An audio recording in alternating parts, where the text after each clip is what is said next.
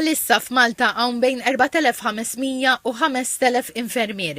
Fil-Jum Internazzjonali tal-Infermiera, il-President tal-MUMN Paul Paċ qal li bħalissa l-Università ta' Malta għandha 600 student qed jistudjaw għall-infermiera. Semma l-fatt li din is-sena se jiggradwaw 80 infermier mill-Università ta' Malta, 60 mill-MCAST u 7 infermiera speċjalizzati fis-saħħa mentali. Qal li it-tema tal-Jum Internazzjonali tal-Infermiera din is-sena hi l-infermiera huma l-futur tagħna. Spjega li dan hu messaġġ ta' rikonoxximent lill-infermiera.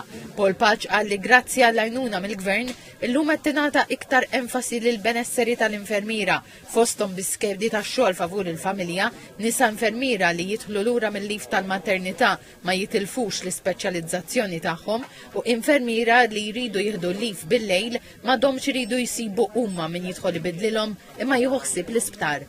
Waħda mill-affarijiet importanti li dis-sena hija l-well-being tal-infermiera għax importanti nħajru wkoll ħafna żgħażagħ fil-professjoni. Infatti llum ukoll Malta hija ħaġa unika li nlanċjaw il-marketing campaign fej apparti il-billboards li ħajkun hemm fit-toroq ħan ikun hemm fl-iskejjel, radio, riklami biex iż-żgħażagħ tagħna imorru għan-nursing. U tikħallu suċċess tagħha għandna numru sbir ta' żgħażagħ id-darba kemm l-Università ta' Malta u kemm l-MCAST fejn il-marketing campaign qed tħalli frott tajjeb. Paul Paċ qal li din professjoni li tibqa' teħtieġ ammont ta' nies u spjega li f'każijiet u swali tat-taqsima intensiva hemm bżonn mill-inqas żewġ infermiera ma' kull sodda f'24 siegħa.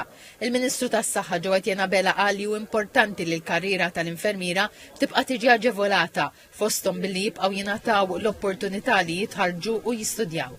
Intant il-Kunsill Malti għall-Infermiera u l-Qwiebel fi stqarrija qal li l-infermiera huma l-qafas tas-sistema tas-saħħa f'Malta. Qal li madwar id-dinja hemm nuqqas ta' infermiera u għalhekk importanti li s-sistemi tal-kura tas-saħħa jieħdu l-inizjattivi neċessarji biex jieħdu ħsieb l-infermiera.